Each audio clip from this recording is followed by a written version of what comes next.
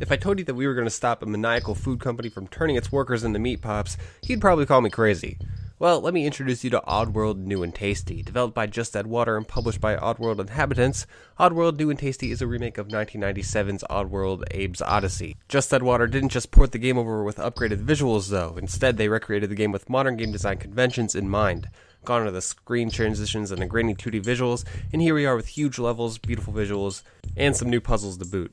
This is my first foray into the Oddworld, a planet that is full of strange alien creatures. A Mudokon named Abe is a blissfully ignorant creature working in a meat factory called Rupture Farms.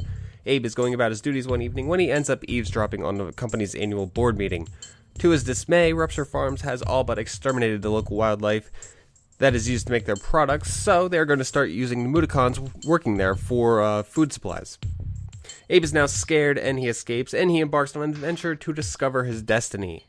While I love the idea of having a pseudo-dystopian world filled with greedy industrialists, it is really the design of the characters that captivates me. Abe easily takes the cake as far as charming aliens go, and I can't quite put my finger on it, but his voice and personality is almost just pathetic, and just makes me feel a little bit sorry for him. He just discovered that his kin is about to be stuffed out in order to line the pockets of Rupture Farms, but Abe still seems so harmless. Other aliens are like something out of Monsters, Inc. or a cartoon. There's one creature called a Paramite that may have actually inspired the headcrabs from Half-Life. Abe's harmless nature translates into the gameplay quite literally. Typically in platforming games you can defend yourself in one way or another, whether it be through vertical velocity, aka jumping, or physically attacking. What can Abe do, you ask? Well, he could run, he could jump, and he can chant. In certain areas of the game, it's possible for Abe to chant and physically possess another creature, and from there he can direct them towards the nearest pitfall or mine. This is the only thing that he could really do to defend himself. The thing that throws a whole wrench into this equation, though, is that you can only use this in certain areas. Most of the times you'll have to rely on stealth, dodges, rolls, jumps, and just general trickery to make it past an area. It's not as easy to control Abe as other platforming games. I believe the correct genre for Oddworld New and Tasty is a cinematic platformer. Rather than go into what makes it cinematic, I'll just say that it controls similarly to something like the old Prince of Persia games on the Apple II. Compared to the other games, Abe moves like molasses, and he jumps like he's wearing a ball and chain. There's a lot of strange mechanics that I had to get used to in order to get even past the first few areas, but in time it becomes easier because the levels are built with Abe's inadequacies in mind. It creates a sort of skill-based difficulty because it forces the player to adjust to the abilities of Abe, but also improve over time with them. For the most part, the scenarios Abe finds himself in require some careful planning and execution. Make no mistake, if you charge in without a care in the world, Abe will be riddled with bullet holes before he can make it 2 steps out of Rupture Farms. Unfortunately, some scenes are more repetitive than fun. For example, there are moments where you have to talk to NPCs and mimic them. Call it nitpicking, but these were pretty uninspiring and pointless because there was literally no point to them. They just excelled at breaking my immersion of the game, and they functioned as a temporary roadblock. Throughout Rupture Farms, there are over 300 other Mudokons that Abe can rescue. Rescuing them is usually a lot more complicated than it looks, but they will be butchered unless you save them. Abe can talk to NPCs through the game speak, and he can issue various commands through the face buttons on the controller. Getting Abe through a dangerous area can be a daunting task, but try having 3 or 4 other Mudokons with you, just waiting for you to tell them what to do. It can quickly get out of hand. Fortunately, there is a quick save and a quick load feature built right into the touchpad of the PlayStation 4 controller. If you press the touchpad in, you'll create a quick save, and then you can hold the touchpad down to load that spot instantaneously. This makes doing difficult jumps and obstacles much less frustrating.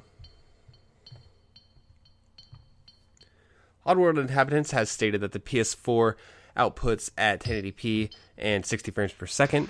Now, I'm not really one to mind these technical details as long as the gameplay is good, but from my experience, Oddworld New and Tasty has some severe frame rate dips. There are short areas where the frame rate will climb up to 60, but just as quickly it will go right back down to 30 or even below in some areas. This inconsistency is extremely jarring and detrimental to the gameplay because the player needs to have complete control over Abe at all times, and that control is limited when there are dropped frames. There seems to be some trouble on Oddworld in regards to stability as well. I've had multiple occurrences of AI, sound, and gameplay glitches where things just kind of stop working. It happens more than I'd like to admit, and mostly seems to happen with the heavy use of the quick save feature. One time an enemy literally froze in his tracks right in front of me, and it didn't reset even after I loaded my quick save. So sure, it made this one particular encounter easier, but if I wanted to play it on easy mode, I'd play it on easy mode. So that's kind of unfortunate. Oddworld New and Tasty is sort of a niche title. It's certainly not very accessible to newcomers like myself, but finishing the campaign is rewarding in and of itself in its own little way. Cinematic platformers are more of a gaming relic than anything else nowadays, but New and Tasty shows that they could still be relevant. If nothing else, New and Tasty serves as a wonderful little introduction to the Oddworld, a universe where there are plenty of other games and experiences to be had that aren't necessarily cinematic platformers. I recommend everybody to try Oddworld New and Tasty just to see if they enjoy it first, but those who stick with it will find an adventure that was worth embarking on.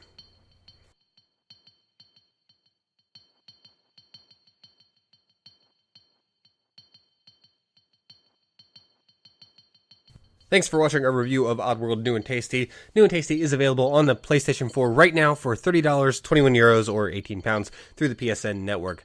It comes with crossplay as well for the eventual PS3 and Vita releases. It will also be releasing on the Wii U, Xbox One, and PC in the future. Thanks for watching, and make sure you hit that subscribe button so you can stay tuned to our latest releases.